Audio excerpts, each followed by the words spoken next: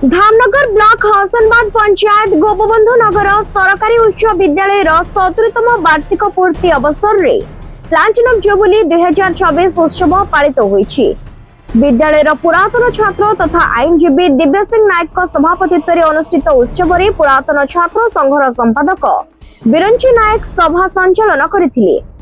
एही अवसर रे विद्यालय बहु पुरातन छात्र छात्री जोग देई पुराना स्मृति को उजागर करथिले।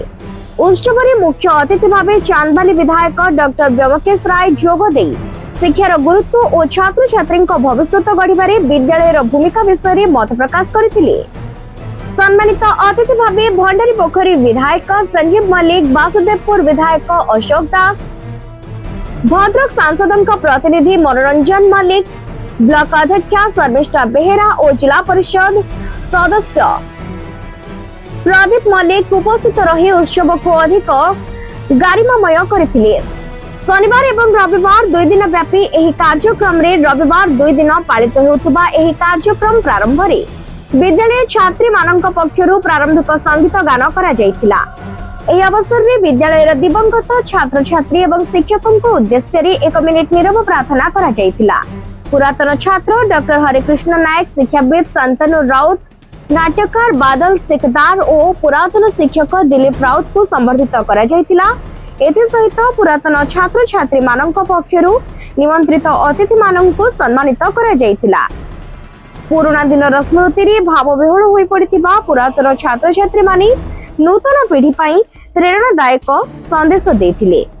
समग्र कार्यक्रम उत्साह, एकता और गौरवमय परिवेश रे सफलतार सहित उद्घाटन होइतिला। बड़ खुशी कथा जे आज ये गोपबंधु सरकारी उच्च विद्यालय आज हसनाबाद ठारे प्लाटिनम जुबली अनुष्ठित होउची। मोर सौभाग्य मुझे निमंत्रित होकर पहुंचली।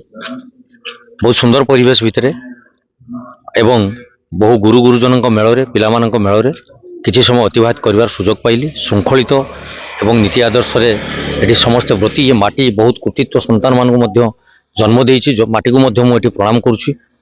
विशेषकर जिला परिषद भाई थिले कहते जे ये गोटे सुंदर गार्डेन टा कर भारी खुशी लगिला जे सी भी उद्यम चलई से कहते कार्य से संतुष्टिकरण प्रकाश कर जिते वर्ष जीतिले से कम सारी पारे से चिंतार अच्छा। धन्यवाद देवी मानसिकता को। एठी जो मैंने ये शिक्षा व्यवस्था को गढ़ी तोली श्रद्धांजलि। आशा करुच्ची जो मानसिकता नहीं अतीतर दायद मैंने ये शिक्षानुष्ठान को गढ़ी तोली निश्चित से सफल होइछि एवं तार आज 75 वर्ष पालन करा जाउछि। पिला माने भलरे निश्चित भल मनिष्ठ हेबे।